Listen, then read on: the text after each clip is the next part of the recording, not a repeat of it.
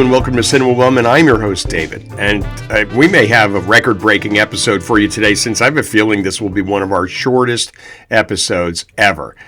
It's not that we didn't watch anything, God forbid. We screened 33 films during the month of July, but once again, our Cinema Wellman projects impacted the list of the movies since 11 of the 33, or 33% of this month's movies, were part of either our Sharknado episode or our Cinema Wellman Book Club episode. Since all of those films have previously been covered here, it leaves us with fewer to choose from than usual. This smaller than usual sample size has led us to a Cinema Wellman First. For the first time in the history of our best and worst of the month episodes, I don't have any bombs for you. There's nothing to trash, there's nothing to ridicule, there's nothing to warn you to stay away from. I'm a little disappointed in that, but I do have 4 films I'd like to talk about to put on your radar screen in case you'd be interested in seeing them. It's just one of the services we provide here at Cinema Wellman. With no bombs to drop, let's get to the good stuff. Let's start with 2025's I Am Frankelda from Mexico, PG, 114 minutes, IMDb 6.9, directed by Arturo and Roy Ambriz. IMDb tells us, Frankelda, a determined 19th century Mexican writer, journeys into her subconscious to face the monsters she's written about. Guided by a tormented prince, she must restore the balance between fiction and reality before it's too late. This Mexican stop-motion fantasy film had me thinking of Guillermo del Toro for obvious reasons. He wasn't directly involved in this production, but you can see his influence all over I Am Frankelda. This film's animation was magical, and they pulled off a couple of things that I didn't think were possible to do using stop-motion animation. The models were unbelievably intricate, and some were quite grotesque, while the colors and the color combinations used were spellbinding. The animation was so strong that I found myself straying from the story at times since I was so focused on the movements of the characters. The closing credits featured a behind-the-scenes look at how the filmmakers created this dazzling film, and it actually made me cry. The closing credits made me cry. Is that a surprise? No. All right, next from 2025, it's Breakdown 1975, rated R, 92 minutes, IMDb 6.8, directed by Morgan Neville.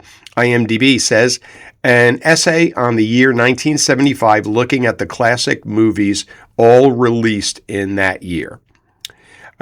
This film made me very nervous to watch because of our very recent Cinema Wellman Wayback Machine episode. We just did our top 10 bottom 5 from 1976, and I was kind of upset that this documentary featured many of those films, even though it's about 1975.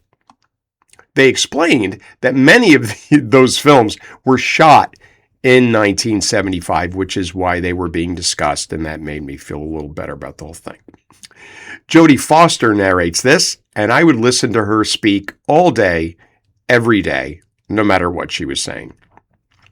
Jodie was 13 years old in 1975, as was I, but she was making groundbreaking films while I was playing wiffle ball and thinking about Rose Scully. Breakdown 1975 is jam-packed with clips of iconic films that are now part of film history. 1975 was a turbulent time, and that's absolutely reflected in its movies, which happens to be an excellent segue to 1974's Truck Turner, rated R, 91 minutes, IMDb 6.9, directed by Jonathan Kaplan. IMDb, while tracking a strong-armed pimp who has skipped bail, a bounty hunter discovers a contract has been put out on him and must go on the run. Truck Turner was released by American International Pictures, and one of the genres AIP churned out was what's known as blaxploitation films. Blaxploitation was an independent film movement of the 70s. of exploitation films primarily made by black filmmakers for black audiences. I remember seeing an interview with a prominent black filmmaker of the 70s who took issue with the term blaxploitation, or referring to them as exploitation at all in any way, when there was really no one being exploited. I always agreed with that argument. I, for one, love these films and think that the genre is totally unappreciated. Black filmmakers making movies for black audiences allowed black stories to be told on a regular basis in cinema for what I'm guessing is really the first time in the history of film.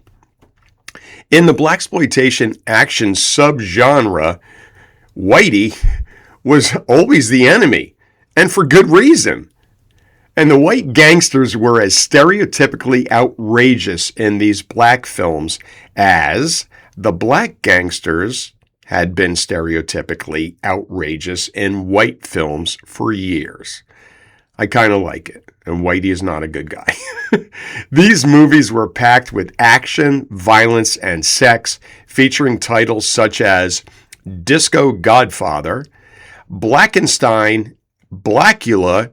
They also did horror blaxploitation films, Black Shampoo, Dr. Black, Mr. Hyde, The Black Gestapo, Hammer, Sweet Jesus Preacher Man, Cleopatra Jones and the Casino of Gold, Friday Foster, Coffee, Foxy Brown, Shaft, and Superfly.